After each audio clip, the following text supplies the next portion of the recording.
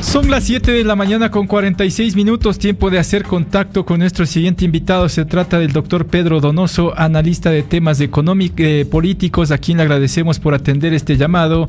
Mi estimado doctor, desde la Mesa Central de América Quito le saludamos Ramiro Díaz y Jorge Ñacato para hacer un análisis respecto de lo que pasa en nuestro país, más aún cuando prácticamente hay un enfrentamiento político, digamos, entre el Ejecutivo y el Legislativo en torno a un proyecto de ley denominado de oportunidades que ha significado que se registren varias críticas de distintos sectores.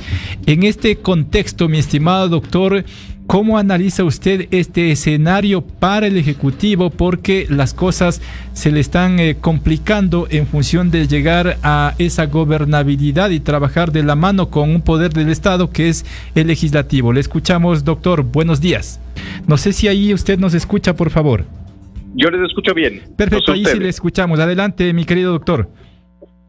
Yo lo que un poco les planteaba es que más allá de analizar primero la relación ejecutivo-legislativo, creo que es importante analizar el contexto, ¿no? Y desde abril a agosto, las cifras, por ejemplo, Sedatus nos dicen un tema que es muy interesante, ¿no? Que es las cifras del optimismo. La cifra del optimismo finalmente ha subido más de 40 puntos, de acuerdo, como les digo, a este estudio cuantitativo, y eso demuestra una cosa interesante, que la percepción de la gente es hacia el optimismo, a pesar de que, y si regresamos a ver, el Ecuador de la realidad es otro tipo de Ecuador, ¿no es cierto? Es decir, cifras alarmantes de inseguridad. 1.6 guayaquileños mueren al día por crímenes violentos, ¿no es cierto? Más de 60,000 ecuatorianos entre enero y mayo han salido del Ecuador y no han regresado. Es decir, cifras, digamos, muy difíciles que demuestran la realidad socioeconómica que está viviendo el país. ¿Por qué planteo esto? Porque de una u otra manera, digamos, ese optimismo está ligado a las buenas cifras que tiene el presidente Lasso, ¿no es cierto? Hasta las últimas mediciones, que son a finales a finales de agosto, mediados de septiembre, y eso, digamos, es un peso finalmente, porque tanto el legislativo como el ejecutivo están en una carrera contra el tiempo, ¿no es cierto?, de ver quién tiene mayor capital político que pueda utilizar finalmente en esta nueva disputa, ¿no es cierto?, que estamos viendo ahora.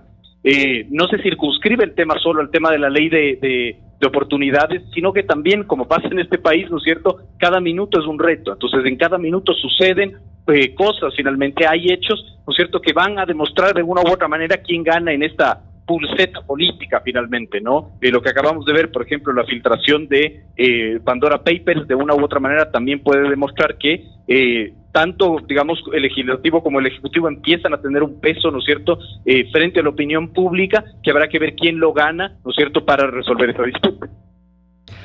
Muy buenos días, doctor. Hay de por medio este enfrentamiento, se podría decir, entre el Poder Legislativo y Ejecutivo, sobre todo por lo que ya conocemos, pero también falta de ese nexo que normalmente debe tener el gobierno hacia el legislativo, que normalmente se ha encargado al Ministerio de Gobierno realizarlo, pero al parecer no está dando los frutos.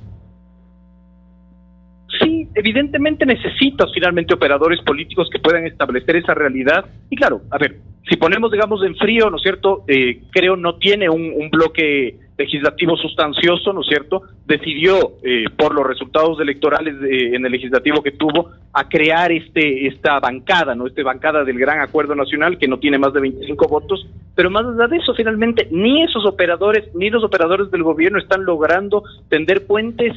Y no sé si solo basta con tender puentes finalmente, porque cada uno de los bloques va a jugar su juego político. Yo creo que es mucho más importante, de una u otra manera, más que tender puentes, generar este tipo de preparar el terreno, ¿no es cierto?, para que la operación política pueda funcionar. Y yo siento que en ese sentido no hay, digamos, ni los operadores dentro del bloque que logren finalmente al gobierno facilitarle, o por último, ¿no es cierto?, lograr capitalizar ese buen momento que vivía, no sé si aún vive finalmente, hay que ver con los últimos escándalos que se han dado, que vivía o que vive el gobierno, ¿no es cierto? Entonces, el gobierno ha sido muy hábil, eso sí, en enviar el tema de la situación política, del tema político, ¿no es cierto?, a la Asamblea, ¿verdad? Y por eso finalmente los reflectores políticos están solo en la Asamblea con el tema de glosas, con el tema de diezmos, etcétera. Muy poco se ha hablado de una u otra manera del rol del gobierno en ese sentido, o de la responsabilidad del gobierno en ese sentido. Pero claro, si no logran de una u otra manera conceptualizar esta disputa, esta temática en temas, abordarlos, resignificar los conceptos, ¿no es cierto?, va a ser muy difícil que logren tener un entendimiento y un acuerdo. Doctor Donoso, ¿este enfrentamiento político ha hecho que salte a la luz pública o al escenario político una consulta popular y una muerte cruzada? ¿Qué tan beneficioso resulta al Ejecutivo que lo toman los sectores sociales que están en contra como una amenaza? Yo creo que igual el gobierno juega su juego, ¿no es cierto? Es decir, también establece que si no dan paso a sus normas, a sus intereses, a sus leyes, pues ellos podrán utilizar estas herramientas. Yo creo que hay un paso antes si nos fijamos específicamente en el tema de la ley de oportunidades que fue devuelta por el CAL, ¿no es cierto? Yo creo que aún falta un pasito que quizás sea el escenario más probable que utilice el gobierno, que es consultarle a la Corte Constitucional la constitucionalidad, lo reiterativo, de ese proyecto, y con, digamos, un pronunciamiento de la Corte Constitucional poder destrabar finalmente esa tensión. Ahí el problema es del tiempo. Entonces eso nos arroja a los escenarios quizás medianamente probables o el quizás más, poco probable, que son consulta popular y muerte cruzada en ese orden finalmente, ¿no? Ahora, eso sí hay que analizar cuál es el momento que puede vivir el Ejecutivo, porque esto es una carrera contra el tiempo, como les decía. El Ejecutivo puede materializar su gran momento político electoralmente en tanto y en cuanto mantenga un buen momento político. Hay que medir cómo le afecta el tema de la filtración de los Pandora Papers, ¿no es cierto?, cómo le afecta la crisis carcelaria, y solo con eso se podría aventurar finalmente a hablar de un escenario de consulta popular, e incluso que quizás un escenario un poco menos probable, el tema de la muerte cruzada, ¿no? Doctor Donoso, usted empezó citando estadísticas a favor de el señor Lasso, de la ciudadanía, en encuestas que publicó hace poco la encuestadora Cedatos. Pero este capital se puede ir minando conforme los diferentes temas que van apareciendo, y lo último de los papeles de Panama Papers, mi estimado doctor. Exactamente, eso es exactamente a lo que me refería, ¿no es cierto? Es decir, es una carrera contra el tiempo porque este país, ¿no es cierto?, cambia minuto a minuto, ¿no? Cada hora hay un nuevo momento, una nueva discusión, un nuevo hecho, ¿no es cierto? Y claro, eso puede ir minando finalmente, más allá que la aceptación o la gran valoración de Lasso. A mí me gusta mucho enfocarme en el tema del optimismo y el pesimismo. Para mí ese es un valor fundamental en la medición cuantitativa, porque cuando hay una sociedad altamente optimista, se hace más complejo finalmente que esa sociedad reclame, haga postulados, etcétera, sino más bien se deje gobernar, entre comillas, y se deje llevar. Hay que ver finalmente cómo los últimos escándalos o las últimas crisis que vive el Ecuador vayan a afectar ese optimismo, porque yo creo que la estrategia del gobierno, una estrategia inteligente, que no sé si es consciente o inconsciente, fue inyectar una gran cantidad de optimismo, yo creo que con ese fin, ¿no? Este es el momento entonces preciso para una consulta popular, doctor, pero esa consulta no se la hace de la noche a la mañana. Totalmente, y además hay dos elementos ahí que hay que analizar cuando se habla de la consulta popular. El primero es que, ¿no es cierto?, el Consejo Nacional Electoral, que es el administrador de los procesos electorales, tiene que renovarse en noviembre, ¿no? Y eso también entra una nueva disputa política de con quién se renueva, etcétera, etcétera, etcétera. Y también hay que entender que una consulta popular tiene que tener un informe favorable de la Corte Constitucional, que a su vez tiene que ser, digamos, renovada parcialmente en febrero. Entonces, claro, un hecho político no es que se hace, digamos, de la noche a la mañana, como usted dice, ¿no es cierto?, y como arte de magia. Pasan otros procesos políticos internos que también vuelcan una nueva tensión política. Entonces no es tan sencillo. Ahora, como les decía antes, ¿no es cierto?, mientras más pase el tiempo, la realidad se va comiendo a este Ecuador de la percepción, y el gobierno puede ir perdiendo o capital político o puede ir mermando el optimismo de la gente evidenciado en las encuestas, ¿no? Y eso es una de directa afectación, digamos, ¿no? Doctor, si bien es cierto, todo es una carrera en el tiempo, pero son apenas 4 meses que ha pasado el gobierno y quizá empieza ya a demostrar desgastes, ha tenido algunos inconvenientes, acaba de nombrar un asesor comunicacional, es decir, por allá también ha habido fallas de comunicar desde el gobierno hacia la ciudadanía. Yo siempre digo que la comunicación es muy importante, pero finalmente la comunicación es el último eslabón de la cadena. Si no hay decisión política, si no hay claridad política, si no hay negociación política, ¿qué se comunica?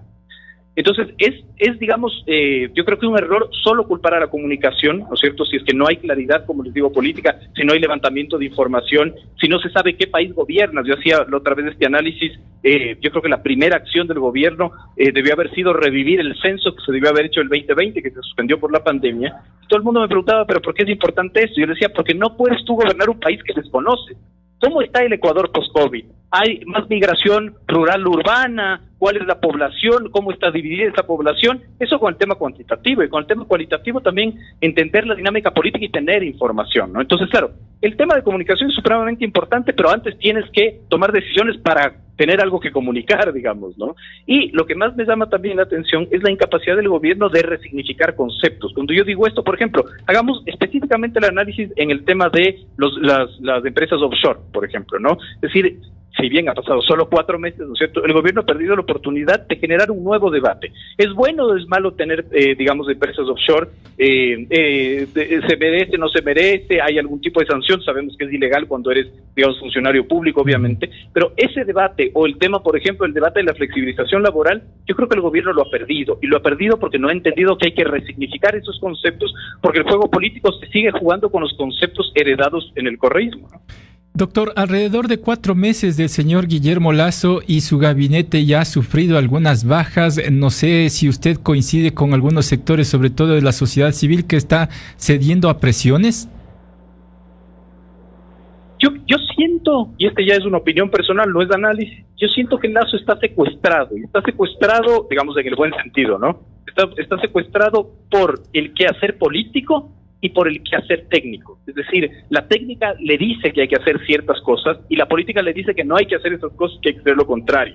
Y ese es el problema quizás cuando gobiernas finalmente, ¿no? Es decir, ¿qué decisión tomas con base al contexto que estás viviendo, pero también basado en, finalmente, claro, las presiones, porque gobernar es un cúmulo de presiones, hay que ver cómo las administras finalmente, ¿no?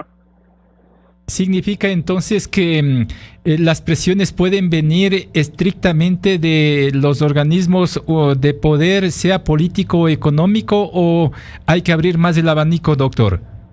Yo creo que las presiones vienen de todo lado, las presiones internas, ¿no es cierto?, del mismo movimiento Creo, por ejemplo. No nos olvidemos que ser presidente en este país es tener que nombrar a miles de funcionarios públicos, y ahí conlleva también presiones, porque finalmente, digamos, el movimiento Creo, como todos los movimientos, son una amalgama de visiones. Entonces hay las presiones internas, evidentemente, y hay las presiones externas también, porque claro, el momento en que te pones a administrar un país, tienes que equilibrar esas tensiones, ¿verdad? Es decir, digamos, qué sé yo, desde los mismos intereses que de ciertos sectores económicos y políticos de la sierra son contrarios a los de la costa, los mismos intereses, por ejemplo, exportadores e importadores, hay distintas visiones y distintos intereses. El tema es cómo administras tú esas tensiones y esas presiones finalmente, ¿no? Y desde ese sentido también habría que analizar los perfiles de quienes se designan, sobre todo en los ministerios, porque ahora mismo hay un problema en el sector agrícola con las nuevas autoridades que designó hace poco, doctor. Yo soy medio reacio de creer que todo empieza y termina con personas. Son procesos también, ¿no? Es decir, si no se tiene clara finalmente cuál es la hoja de ruta, por ejemplo, en el tema del agro, cualquier ministro que venga, por más popular que sea, va a tener problemas. Entonces, ahí hace falta quizás una decisión política y una hoja de ruta de saber, tenemos que cumplir X, Y o Z objetivo, que es del qué, y discutamos cuál va a ser el cómo, ¿no? Y sí, en ese sentido, quizás la persona que se sienta ahí tiene que tener más habilidad política o entendimiento, o por último, yo ponía en la red social Twitter la otra vez, la necesidad de tener un equipo de administración de crisis que nazca desde la presidencia para que asesore a todos los ministerios, porque lo que estamos viendo son estallidos de crisis finalmente, ¿verdad?, de cada uno de los sectores, que además post pandemia es medianamente natural y hay que saber manejarlos desde la técnica, pero sobre todo desde la política. Perfecto, con eso me quedo, mi estimado doctor. Le agradezco mucho por haber atendido esta entrevista. Muy buenos días. Les agradezco mucho, disculpen el ruido. Un abrazo. Gracias.